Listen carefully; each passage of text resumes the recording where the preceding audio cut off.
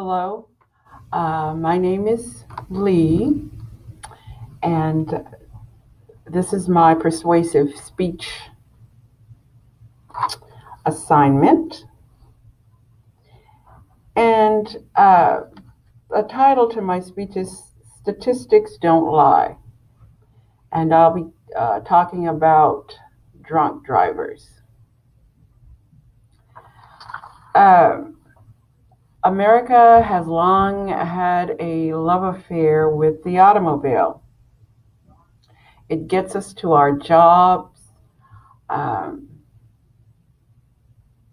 it gets us to shopping for necessities like food and so on and so forth. And the automobile also gets us to recreation destinations. However, some individuals has has turned our automobile into a killing machine. And I'm talking about the people who drive drunk. Instead of the car being a means of travel, it's used more of a weapon. It kills people.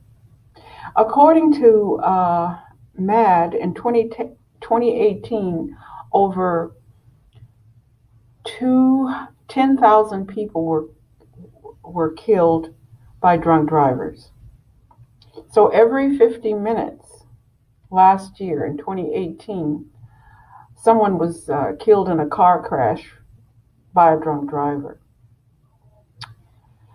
Um, what I what some people are recommending is that we have a standard mandatory law, a federal law for people who are arrested for drunk drivers. Today, each state has their own laws, and um, it's at the discretion of the judge what happens to a drunk driver. Some drunk drivers are who can afford attorneys, and we have attorneys boasting on how quickly they can get you out of jail after you've been arrested for drunk driving. So some experts are proposing a federal law where the judge would have to sentence the person to time in jail, fines, and so on and so forth. And that's what I'm advocating, that we have uniform laws across the country where if you're caught drunk driving, um, you have to serve uh, mandatory time in jail, fines, and so on and so forth.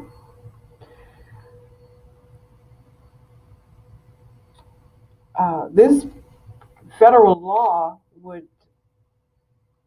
the judge wouldn't have any wiggle room to say, okay, just pay the fine and you can go, or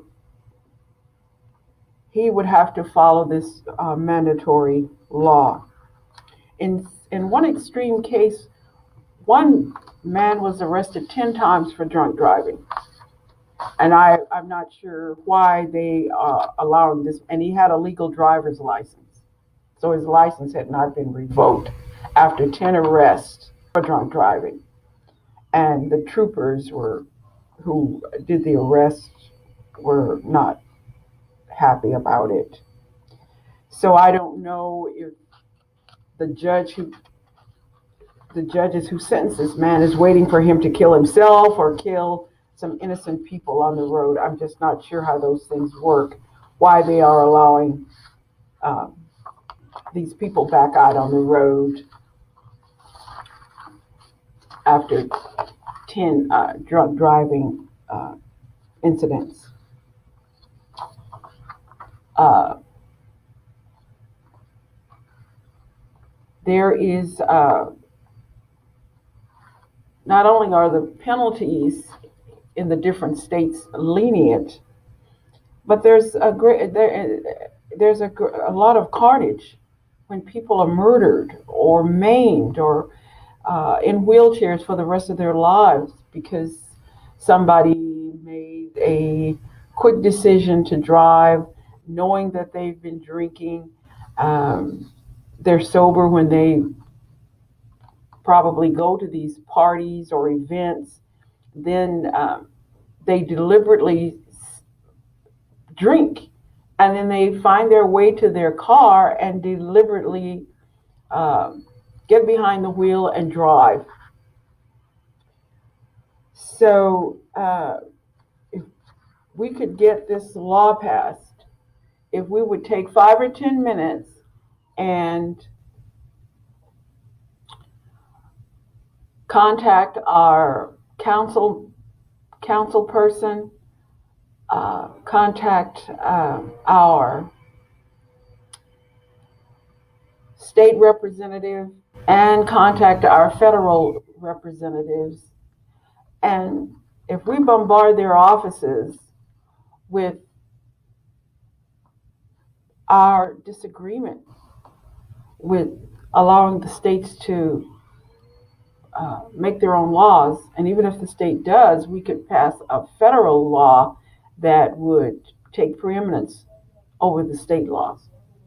So if we contact our local, state, and federal representatives, just everybody, just we could get thousands of people to bombard these offices. They'll listen because they'll listen to the people. But we have to let them know that this is a very um, sobering problem and it's unacceptable. So I'm calling, and MAD and other organizations are calling for uh, us to get involved. So I covered in my speech the horrible consequences of drunk driving, the thousands of people who are killed each year, and if we could uh, contact our representatives, then according to many organizations such as MAD, Mothers Against Drunk Drivers, we could cut back on the carnage. And I believe in a few years we could certainly lower that number. And we should certainly not allow people to be arrested 10 times for drunk driving.